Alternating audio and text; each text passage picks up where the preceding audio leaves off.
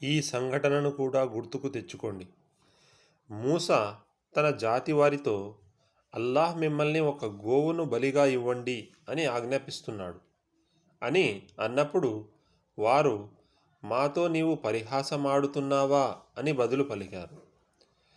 అవివేకుల మాదిరిగా నేను మాట్లాడకుండా నన్ను రక్షించు అని అల్లాహ్ను శరణు వేడుకుంటున్నాను అని మూసా అన్నాడు. అప్పుడు వారు, సరే, ఆ ఆవును గురించి వివరంగా మాకు చెప్పు అని నీవు నీ ప్రభువును అడుగు అని మూసాను కోరారు. అతను ఇలా సమాధానం చెప్పాడు, అది ముసలిదీ కాదు, లేగ దూడా కాదు, మధ్య వయసులో ఉన్న ఆవు అయి ఉండాలి అని అల్లాహ్ అంటున్నాడు. కనుక ఆజ్ఞాపించిన విధంగా చెయ్యండి. వారు ఇంకా అడిగారు, దాని రంగు ఏదై ఉండాలో నీ ప్రభువును అడిగి మాకు చెప్పు మూసా. అది మెరిసే పసుపు వన్నె కలిగి చూసేవారికి మనోహరంగా కనిపించాలి అని అల్లాహ్ ఆజ్ఞ అని వారికి తెలిపాడు. మళ్ళీ వారు ఇలా అన్నారు, అసలు ఏ విధమైన ఆవు కావాలో నీ ప్రభువును అడిగి మాకు స్పష్టంగా తెలుపు. దానిని నిర్ణయించడంలో మాకు సందేహం కలిగింది.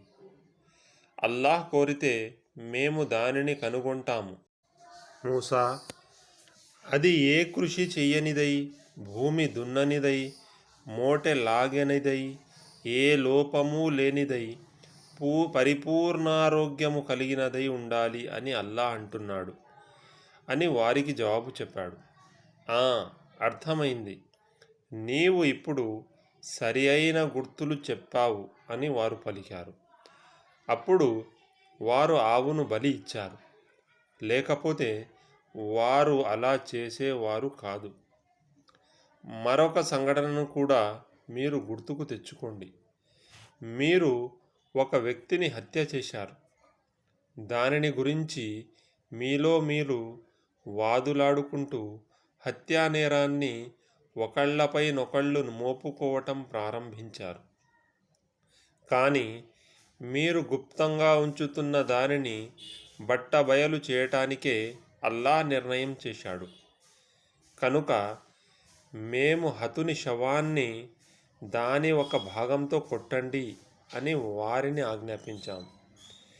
చూడండి, మృతులను అల్లాహ్ ఎలా బ్రతికిస్తాడో మీరు అర్థం చేసుకోవాలని తన సూచనలను మీకు ఎలా చూపుతాడో.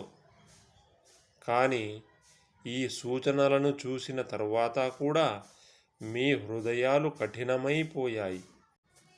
పాషాణాల మాదిరిగా కాదు, వాటికంటే కూడా కఠినమైపోయాయి. ఎందుకంటే రాళ్లల్లో కొన్నింటి నుండి సెలయేళ్లు ప్రవహిస్తాయి. కొన్ని పగలగా వాటి నుండి నీరు చిమ్ముతుంది.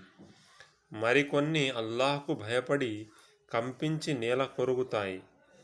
జాగ్రత్త, మీరు చేస్తున్నదంతా అల్లాహ్కు తెలియకుండా లేదు.